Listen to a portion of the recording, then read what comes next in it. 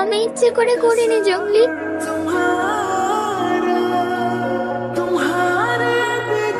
যেদিকে তুই চোখ যাস চলে যা। আমাকে রেখে যেও না জঙ্গলি।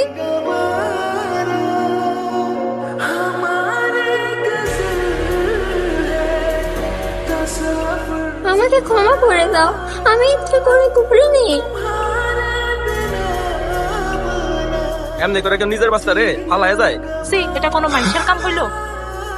পাখি, পাখির কি অবস্থা? আপনার পেশেন্ট ওকে তো 4 তলার কেবিনে নিয়ে যাওয়া উচিত। পাখি এখন কেমন লাগছে? জঙ্গলি কোথায়? বাবাকে কেউ জঙ্গলি ডাকে?